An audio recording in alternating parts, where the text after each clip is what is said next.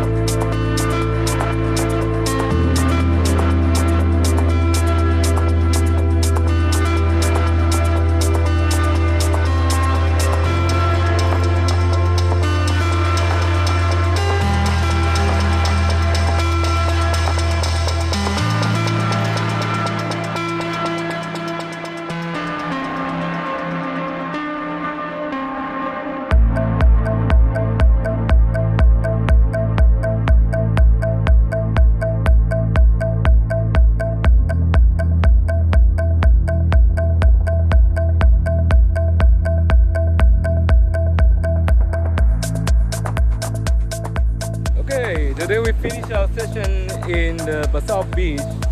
It's very challenging. I have never seen a swell of 5 feet on the river, so that's how I experienced today. Fall into the water many times, but I do successful dives, through it without falling twice or 3 times. So it's a lot of fun to play with the swell. New experience, and we are going to check out the side of Rowena.